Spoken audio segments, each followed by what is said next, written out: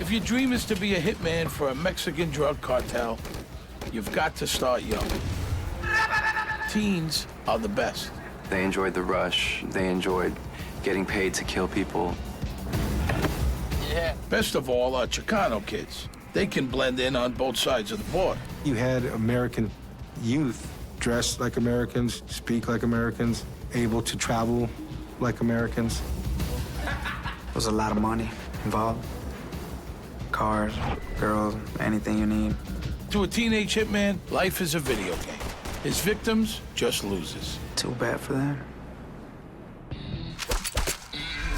My name is Steve Schirripa.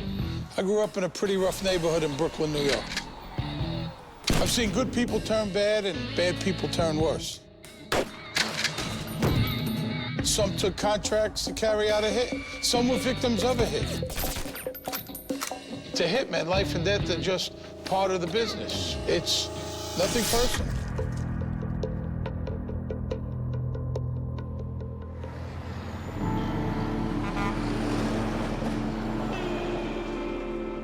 It's December 2005.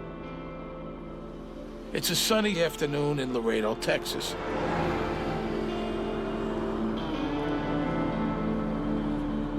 Moises Garcia, his wife and son are out for lunch at a local Tex-Mex chain. Moises Garcia was a young person, I think mid-20s. Had a family. I think he was expecting a child. What Moises doesn't know is that his plate of rice and beans will be his last meal.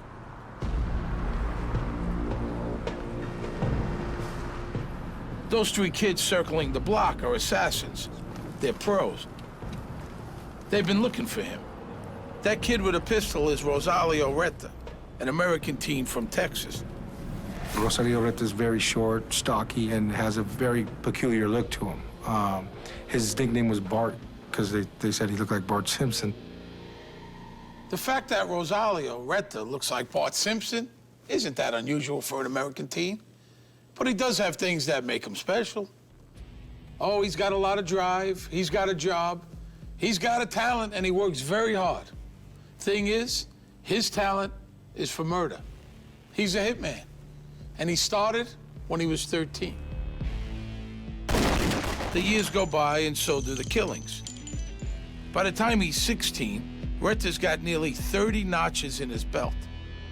Blowing away Moises Garcia will add one, but it's just another afternoon's work. He liked killing people. If they use that natural-born killer, that's what he is. He would kill somebody and sleep like a baby, that was his words. This guy just doesn't possess the God gene that everybody talks about. He has no remorse whatsoever. To me, it's a job, just like you got a job. I had a job, I know it's not right taking people's lives, but that's one of the things I'm good at. So, Rosalio Retta is a cold-blooded teenage assassin. This is the first time he's allowed TV cameras to show his face, now decorated with prison tattoos. If you tell me who to kill, you're gonna pay me. I just go on and do it. I just go on and do it. I mean, how did that happen? This is a kid from a normal home. What turns him into a killer without a conscience? Retta himself has no idea. There's nothing to indicate that Retta was going to turn out to be what he turned out to be. Other than being considered a little funny-looking, there is nothing troubled about Retta's childhood. He grew up in Laredo, Texas, a mid-sized city on the Rio Grande, just across the border from Mexico. The Rettas aren't rich, but none of the neighbors are either. My mom's, she a hairstylist. And my dad, that construction company thingy. Parents always provided us with everything. Happy family. They never knew what I was doing. They just knew I was doing something bad. And always asked me to stay away from everything I was doing, but it was too late for that. Young Rosalio wants to be a commando when he grows up. Special forces, the real tough guys.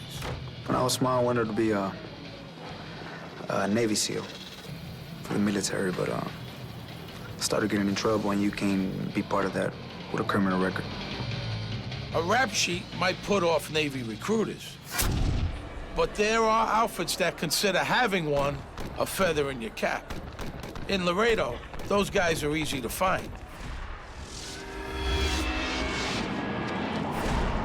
Laredo is the largest border crossing for goods coming into the U.S. from Mexico. Most of it's legit. You know, raspberries, tequila, DVD players. But hidden in those shipments are billions of dollars worth of drugs. Cocaine, heroin, marijuana. When people talk about Mexican drugs flooding into the U.S., they're talking about a river that starts in Laredo and flows up Interstate 35, the Nile of cocaine. Most of the $50 billion a year worth of narcotics that ends up polluting American bloodstreams crosses the Rio Grande at Laredo. And the I-35 corridor begins in Laredo and extends up north to San Antonio, and it hits Austin, it goes up to Dallas, and it can hit a lot of markets in the United States. So it's obviously very lucrative. Whoever controls the geography, the gateways into the United States, is going to control the drug distribution network. So, drug smugglers are vying to control the turf Rosalio Retta knows like the back of his hand. That's frightening to some. To others, it's an opportunity. You're atypical, poor kid from the border that really didn't have a future, that really didn't have a lot of options. So why not turn to organized crime? Poor kids dream of getting rich one day. In Laredo, the only rich people most poor kids see are drug dealers. So that's the dream.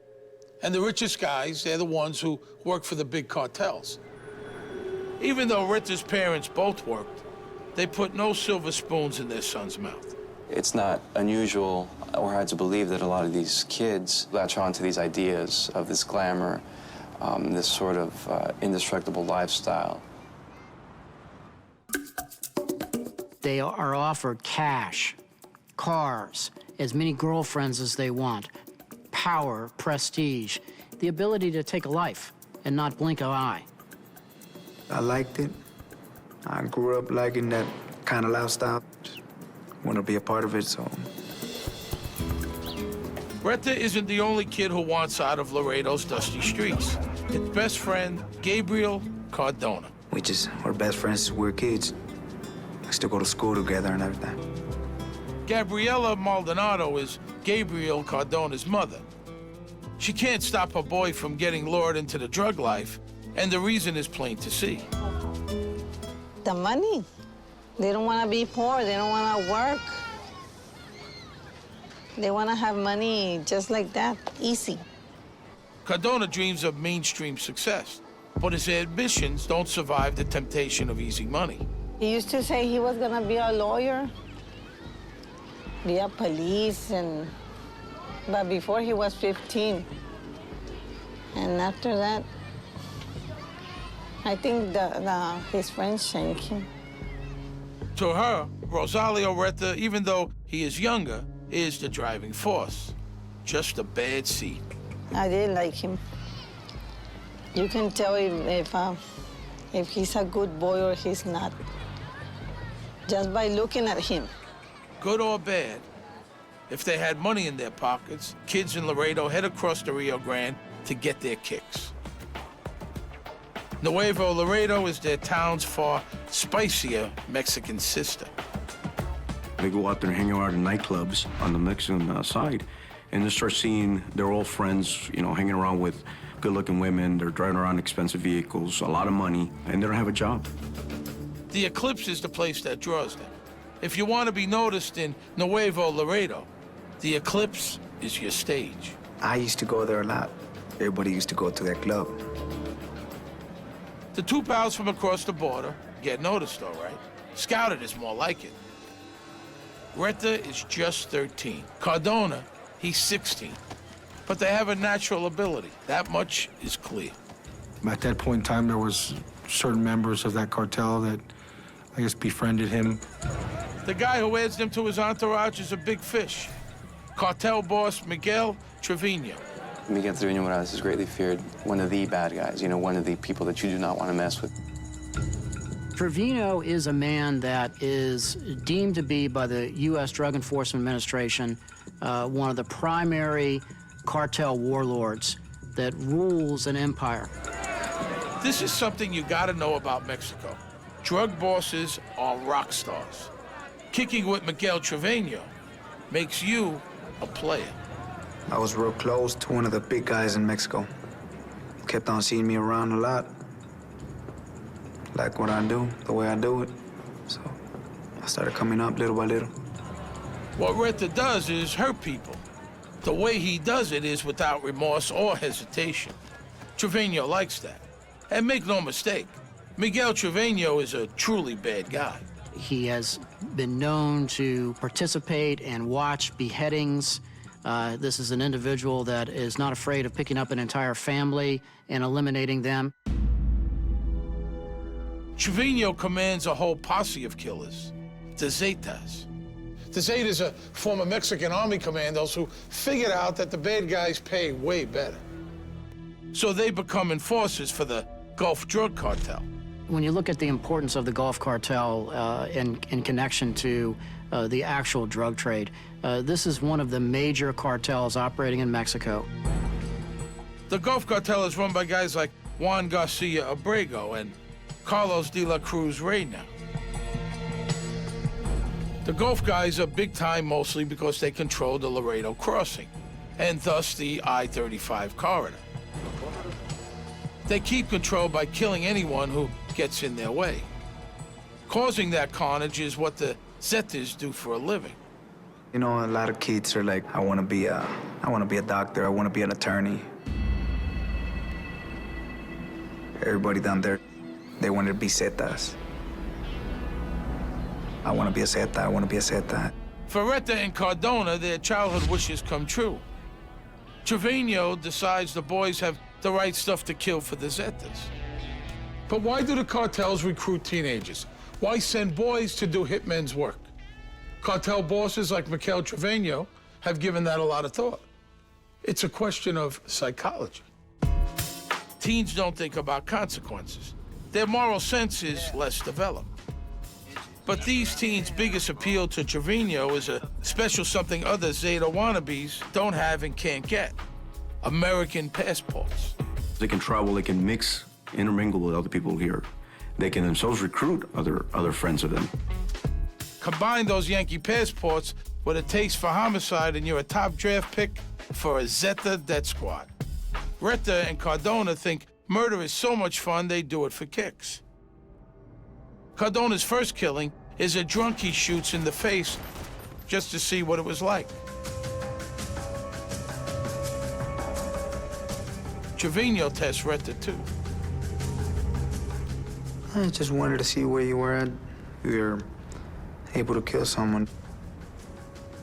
A lot of people say a lot of things, yeah. I'll do this, I'll do that, but when it really comes down to it, I'm not gonna do anything. In Mexico's narco culture, killing someone isn't just business. It's how you send a message to your victims' compadres. This is what'll happen to you if you don't get out of our way. Victims aren't just killed, they're tortured and butchered. Heads are sawn off, bodies dismembered, toyed with, and then burned in oil drums. They call that a guiso or a stew. So what's the test Trevino gives Retta? They grab a guy they're having problems with and tie him up. Then Trevino hands his jewel pistol to a 13-year-old Rosalio. So I just killed him. Stepped into a different world. It all changed. But at first, yeah, I started liking it. He executed him to prove his loyalty, to prove that he had enough to commit a murder.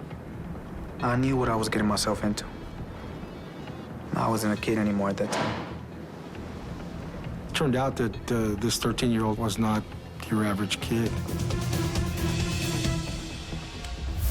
Rosalio Retta has the raw material to be a cartel killer. But at 13, he doesn't have the skills to fit in with the feared Zetas. Miguel Trevino plans to develop his protege. Retta's gonna be a star. He'll be the last one a lot of people see. In the fall of 2005, American teenage assassins Rosario Retta and Gabriel Cardona are working for a drug cartel. Moises Garcia is in the business himself. That's about to put him in harm's way. Some will see that as poetic justice, the law of the drug jungle.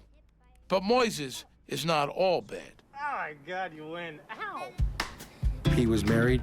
He was a father, a son. Moises might be a good family man, but he does earn his living selling narcotics.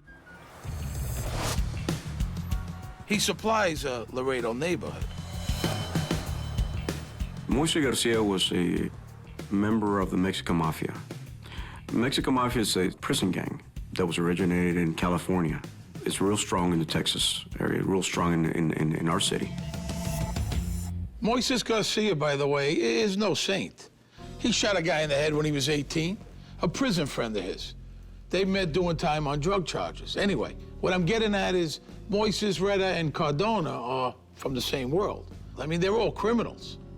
But maybe Moises is a little behind the times. 25 is old for a drug dealer. In that world, life is for the young. So Moises Garcia is a small-time criminal. But what makes him important? Well, he's graduating to the big leagues. He's been doing some marketing for the Sinaloa cartel. He was contracted to perform certain services for a rival cartel.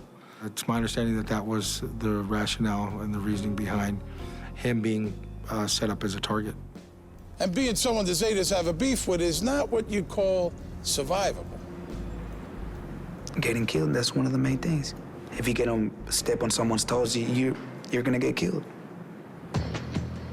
Garcia is about to become a fatality in an old-fashioned turf war. That I-35 drug corridor? Just because the Gulf Cartel has a lock on Laredo doesn't mean the other guys won't try to muscle in. Chapo Guzman runs the biggest cartel in Mexico, the Sinaloans. They've got a near monopoly on supply, but they don't control any border crossings. They go to war to grab Laredo from the Gulf Cartel. When the Sinaloan cartel tries to move in on this area, you have a traditional power struggle that unfolds. There's a huge infighting and rivalries begin to exist. It was our territory right there, so they can't just come and try to take over like that. If you want somebody's criminal empire, you don't ask nicely. It's blood in the streets, and we're talking buckets. I started killing people, trying to get us out of the way. There's a bloodbath going on back then. I think Nuevo Laredo had over like 300 to 400 murders in about a 6-month span, and it was out of control. There's more right there in Nuevo Laredo, and there's more drugs, more money going on, so they're fighting for that spot. Miguel Trevino is the Gulf Cartel's General Patton, and Laredo is his Battle of the Bulge. He needs firepower on his front lines. And those American teens, they are really valuable. They can wipe out the Sinaloan enemy on the Texas front. Trevino took a very personal interest in hand-selecting the individuals that were going to be used, spending a lot of time with them, grooming them along like any good Special Forces officer would with his close combat team. So when he's 14 or 15, Retta finds out he's won a Zeta scholarship to assassin school. If this is your dream, here's how you get the good news. They grab you off the street, stuff your head in a bag, and take you for a long ride. It's like winning hell's lottery. Every 100 people, they only gonna pick one. And I was one of them.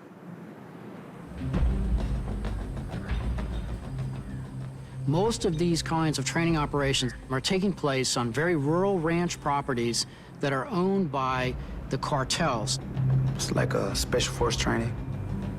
For a lot of kids, summer camp is a rite of passage. A chance to learn new skills, make new friends, you know, come into your own. At Camp Zeta, Retta meets new people and picks up some awesome new skills. Firearms, knife fighting, hand-to-hand combat, beheadings. He's not so wild about stewing people, though. Hates the smell. learn how to use any type of military weapons, hand-to-hand combat. The main thing is show you how to kill. Like it does for a lot of kids, camp matures him. Comes in a punk and he leaves an assassin, an experienced assassin. Killing people, doing this, it's, like I say, it's a job. Retta takes to being a sicario like a coyote to an overfed chihuahua. In no time, he's on the Zetas A team, the killers they save for really important jobs. There was only like 150 in all Mexico of us, so we just go for like big people, not a nobody. When he first began, I mean, he was a tremendous asset because of the skills that he brought into the organization. He gets busy real fast. He and his fellow campers join the war and show those Sinaloan drug runners no mercy. That's what you do every day over there in Mexico. Every day, on a daily basis, you probably kill like 5, 6 people a day. But Miguel Trevino doesn't need the American teens in Mexico. The battle's over Laredo, remember? And it's on the U.S. side that Retta, Cardona, and their American passports can really have an impact. Miguel Trevino Morales would send these cells that were already in Laredo, U.S. citizens, to take out rivals from the Sinaloa cartel. So in 2005, the big boss Trevino sets up a couple of teams of hitmen in Laredo. He makes Gabriel Cardona a manager and gives him 2 of his homeboys, Retta and Jesse Gonzalez, as triggermen. The 3 sicarios, that's what cartel assassins are called, live together in a nice house, rent-free, kind of like the Real World or the Monkeys or something like that. Anything they earn, and they make a lot, is pocket money. And money for these guys is a big deal. Their handlers would rent safe houses for them, and they would stay there, and that's where the communication would take place. Their vehicles that were purchased by the cartel for them to utilize in the murders. They were provided weapons, food, and cell phones. Their weekly salary was $500 per person, and that was just to be on standby. And all this would be obviously be paid for by their handlers, by Miguel Trevino Morales. We had a normal life. We're doing everything a normal person does. We just, once you get caught, you gotta go and take that person out.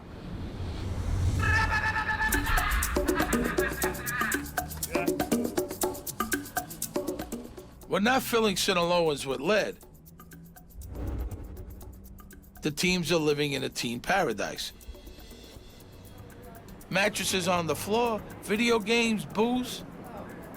There's a lot of money involved. Cars, girls, anything you need.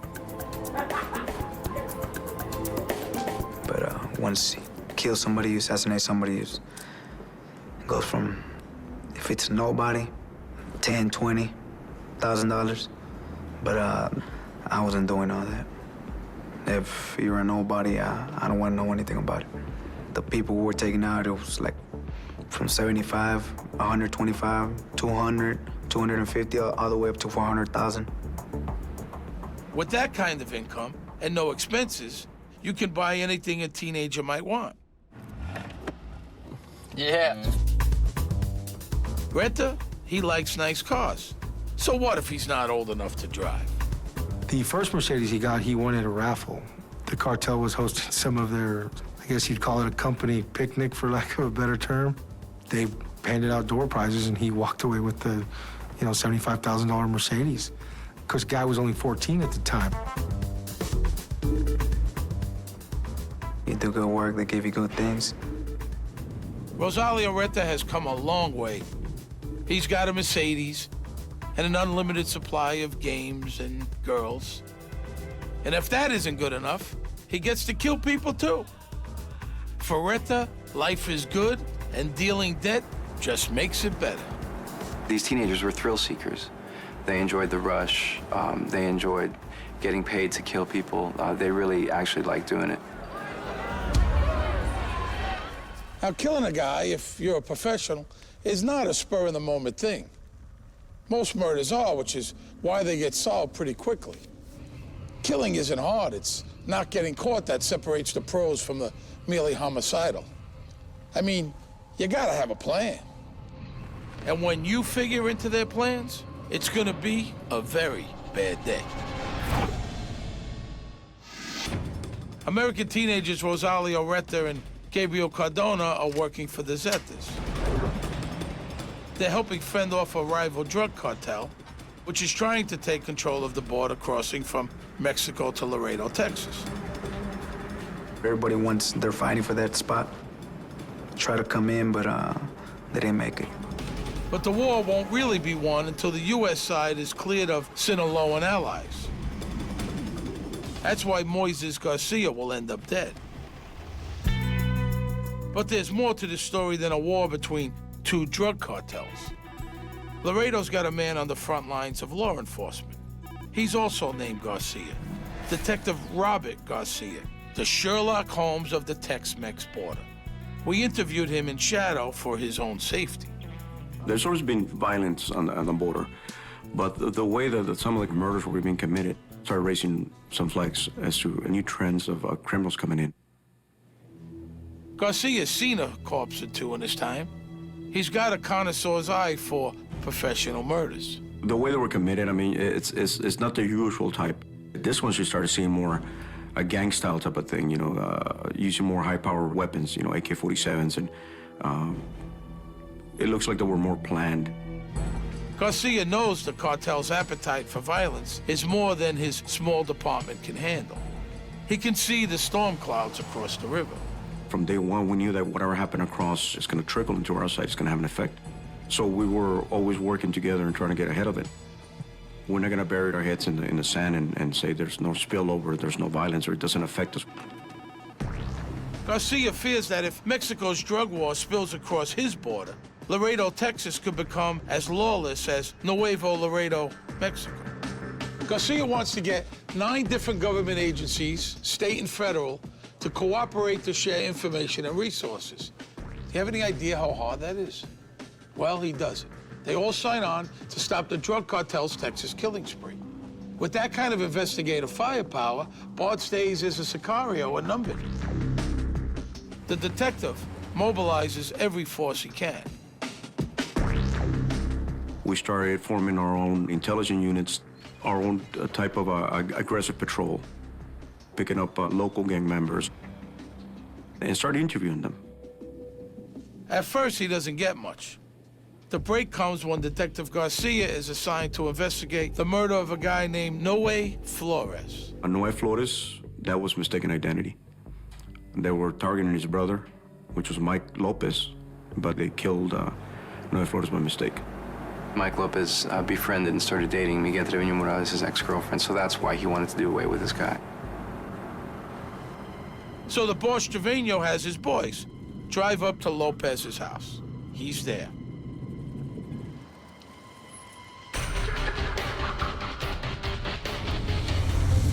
Bang, bang, bang. Easy peasy. He was shot at least, I want to say, a good 6 to 8 times. You know, they leave thinking that they got Mike Lopez. Only one little problem. They pumped the wrong guy full of lead. Mr. Flores, unfortunately, was at the wrong place at the wrong time. Swapping cars a few blocks from a hit is one of those things they test you on at Camp Zeta. It's textbook getaway technique. But if you go to Academy for Assassins, they make sure to remind you not to leave evidence behind. If killing the wrong guy was the only screw-up, it would have been no big deal. But the teen sicarios, they're having an off day. Anybody who's got teenagers knows it's way easier to persuade them to murder total strangers than it is to get them to clean up after themselves. There's a pack of cigarettes that are left behind with a print comes back to Reta. The breakthrough that actually helps us break not only this case, but subsequently all the cases, was a piece of paper that was left behind. Now, that little receipt was for a pay-as-you-go cell phone top-up. Oops. So, Garcia's got a set of prints and a cell phone receipt. The receipt leads Garcia to a tattoo parlor. He leaves his business card. The owner tips off Retta.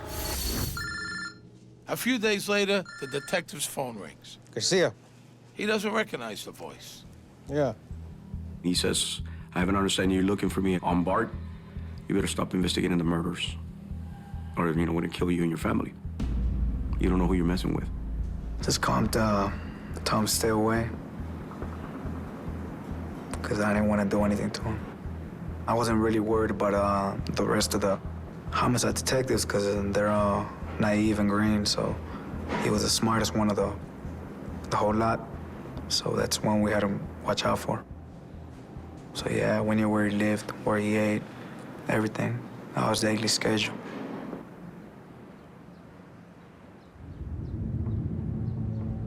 He hopes his threat will persuade Garcia to play it safe.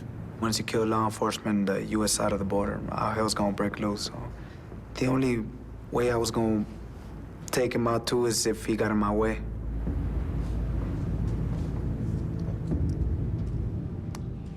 After Bart's threat, the Laredo police park a cruiser at Garcia's house 24/7. But Retta's threat doesn't stop the detective. Just the opposite. Finding the elusive Bart Simpson just got personal. Well, that's when it kind of hits home. And I guess this is for real. I did not take it as a threat myself. I did not take it as something that I should be scared of, honestly. I took it more like, how dare he? How dare he calls me on my phone and tells me this? It just made me go look for him even harder. Rosario Retta may have picked the wrong Texas lawman to tangle with.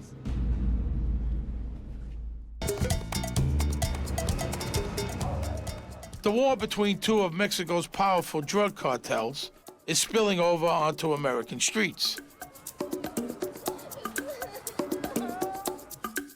The bodies are piling up on both sides of the border. 1, 2. Moises Garcia is a successful businessman with a family in Laredo. He's near the front lines, but he thinks he's under the radar. He's wrong. His business is selling drugs. Cartel kingpin Miguel Trevino has decided Moises has got to go. Why? Moises has been selling drugs supplied by the Sinaloa cartel. That makes him a traitor. He's working with the Sinaloans, but his homies are allied to the Gulf cartel. Bad move. Moises Garcia was alleged to be an operative for the Sinaloa cartel, whereas some hits were for personal reasons. That seemed to be directly because of business. In Miguel Trevino's campaign to wipe out any Sinaloan troops in Laredo, Moises Garcia is just one of a long list of foot soldiers who have to die. Trevino sicks his sicarios on him. It's a job. Just like you got a family you gotta feed, I got one too. And so does Moises Garcia. It'll be the last thing he ever does. It's Thursday, the 8th of December, 2005. Moises Garcia and his wife and son are out for an early dinner. It's a friendly venue for a last meal. Things have been breaking Garcia's way for a while. But all good things come to an end.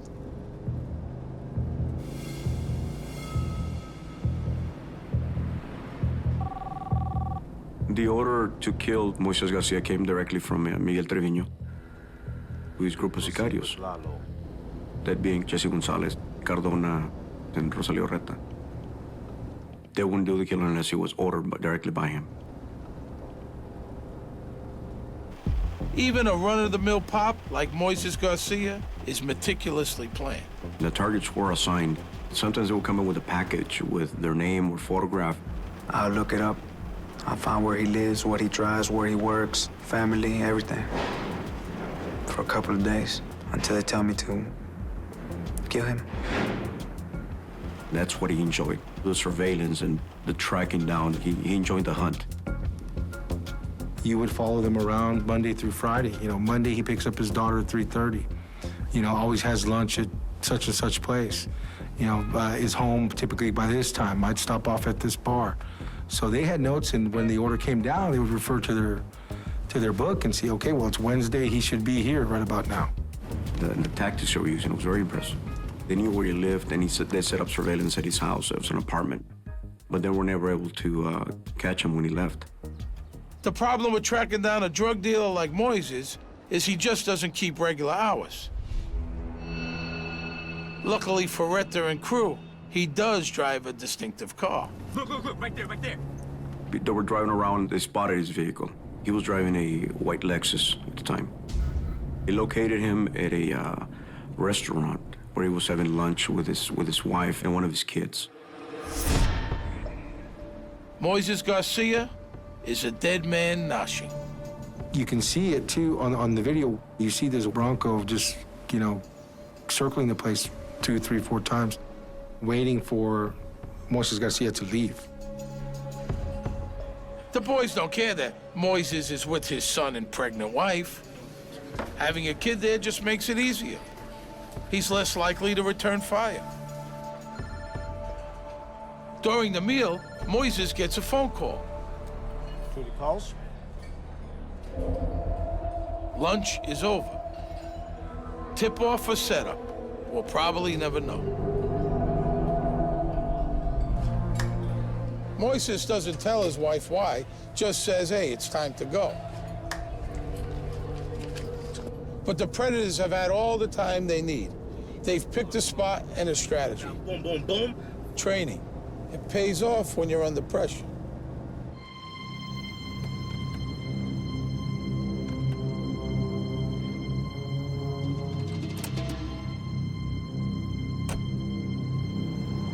Just ready for this, man.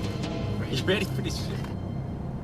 When he comes out and they see the vehicle backing and start heading towards the exit, they block him. Retta exits the vehicle and approaches the driver's side. His wife was in the passenger seat. One of his young children were in the back seat. Retta just starts boom, boom, boom, just firing away.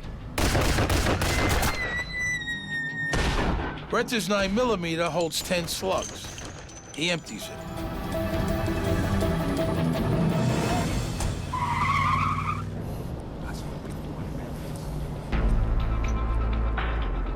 Awesome is what Rosario Retta calls it. An awesome hit. He struck multiple times in the head and on the left side of his body. I don't feel anything about it. I don't feel there's nothing wrong, even though I know it's not what a normal person will do.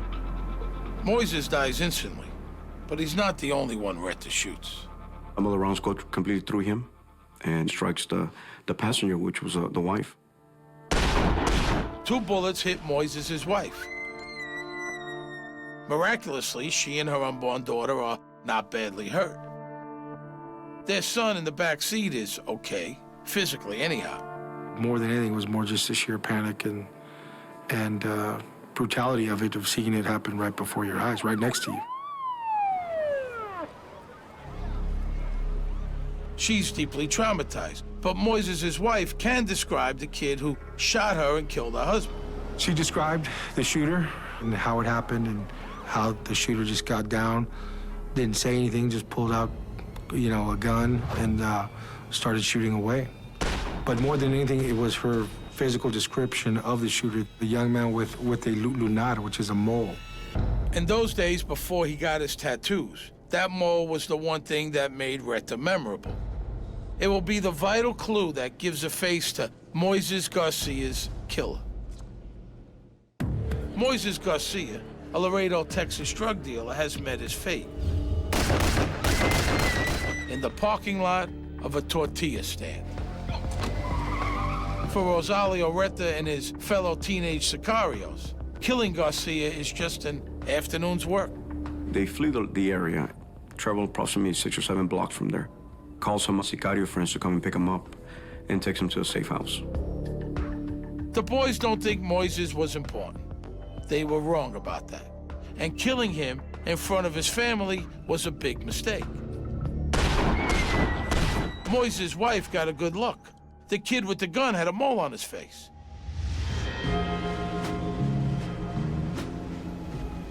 Retta crosses the river to lay low in Mexico for a bit. Cardona and Gonzalez stay in Laredo, but they move to a new safe house in a nice neighborhood. Bad move.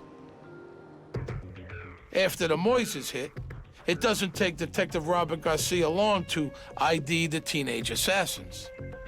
Even worse for the Sicarios, one of their drug gang pals is a mole. He steers them to rent a house Garcia's pre-wired for video and sound.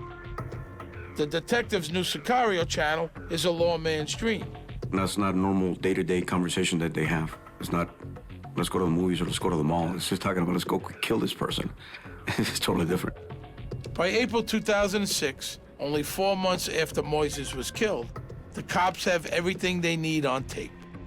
The safe house crew hears a knock, a big knock. Retta's not there. He's in Mexico. But it's all over for his childhood pal, Gabriel Cardona. Gabriel Cardona is so impressed with the task force videos, he decides a trial is way too risky. And getting out of prison would likely lead to something really unpleasant. Trevino and the Zetas will be pissed off when they learn how much Cardona gave up when he confessed. A Texas prison is the safest place he can be. The third member of the assassin's cell, Jesse Gonzalez, gets away and also hightails it to Mexico. Another bad plan. He's arrested by Mexican police and is promptly murdered in jail by the Zetas. So what about Rosario Retta? He stays in Mexico to avoid the heat, and the cartel has plenty of work for him anyhow. His body count is going up, notch by notch. But with Jesse dead and Gabriel behind bars, 16-year-old Rosalio finally loses it. He goes rogue. He was causing problems for his superiors, who had to answer for him and eventually got tired. He was too ruthless for them at the time. What does it take to be too ruthless for the Zetas? The guys who put the carne in carnage? Well, there is that night in Monterrey, Mexico. What happens in Monterrey is that him and another group of individuals go to a nightclub called El Punto to kill a Mexican mafia member. And they toss 4 hand grenades into the nightclub and spray the people in there with an automatic fire, AK-47. I went in and instead of just killing one, I killed 4. They were affiliated with the same person. So, took them all out and threw some grenades in there. Injured 25 people. Despite the impressive body count, it seems Retta doesn't get who he's after. And his paymaster, Trevino, told him not to do the hit at all. They say I didn't kill the right person at the bar. Well, I'm not known for missing my targets. He does miss the point, however. Even if you've got grenades, you don't disobey the boss of the Zetas. So now Miguel Trevino is seriously annoyed. And Trevino doesn't have a line between irritated and homicidal. Retta's got some splaining to do. But mostly, Retta is a loose cannon. The Zetas, they don't like those. The tables kind of switched and they actually wanted to kill him. That's a shame of it all here, too, is, you know, these kids, they're disposable as a razor blade to these cartels, you know. Once your use is done, you're done. So here's the story of what happens next. It's the one Retta tells anyhow. 2 Sicarios stuff him in the trunk of a car. They're headed to the desert. Retta knows this drill. Things are looking very bad. Retta's Camp Zeta skills come back. He kills his captors and runs for it. But the Mexican cops bring him down. He ends up in a Mexican jail. He knows the Zetas will kill him if he doesn't get out fast. Jesse Gonzalez only lasted a few days. If I would have stayed over there, eventually they were gonna kill me. But that's one of the things that comes with it. You wanna be part of a certain group. Once you get caught, you're gonna be locked up or you're gonna be dead, so it didn't really matter. Retta's got one hope. There is one person he knows who would like to see him alive and who could keep him out of the stew pot. You guessed it, Detective Robert Garcia. Bart. He's happy to hear from Bart. And just like that, he's out of Mexico and in a Texas jail. He comes across the border the day after he turned 17. Well, I liked what I did. I killed my first one, and I liked it. I felt like Superman. Why? Because I killed someone. I'm sitting in front of this 17-year-old kid, and he's telling me all he's done, and he's telling me how he's doing it, and the way he feels. And the only thing I can think of that I got my own 17-year-old kid at home, and I'm upset at him if we don't cut the grass. And you know, it's hard to describe, you know, what I'm thinking. That is like, what makes him think this way? What makes him turn out to be this way? They put me as a monster. That I killed innocent people, I kill everybody just because I can, just because I'm able to do it. And that's not true. I don't kill no innocent people. If you don't know anything, you ain't got no reason to fear anything. In the end, Retta cops to 30 murders in Mexico, more or less. It was only a number, because I'm not really sure. He won't confess to killing anyone in the U.S., but that print he left in the No Way Flores getaway car sinks him. Convicted in the Flores case, Retta finally admits to killing Moises Garcia. Combined sentence, 70 years. That's 4 times the 17 years he spent on the outside. Moises Garcia, his son and his daughter, born a few weeks after Moises died, they got life without a dad. Retta never showed any kind of remorse towards the murders that he committed or the victims he left. To compare him to other criminals, you can't. His thinking is totally different. He's a psycho. He's scary. He's a scary person. I mean, even though he's a young kid, he's just one of those ones that you get to fear when you're sitting there and talking to him. And what about Miguel Trevino? He and the Zetas break away from the Gulf Cartel in 2009 and go to war against their former compadres. As of 2011, Trevino is still one of the most wanted men in North America. When I started, I know what I got myself into. I know right from wrong. And I knew that eventually a day I was going to end up being in prison or getting killed. There's only one way in and one way out. How do you feel about your victims and their families? Too bad for them. No sense of remorse or...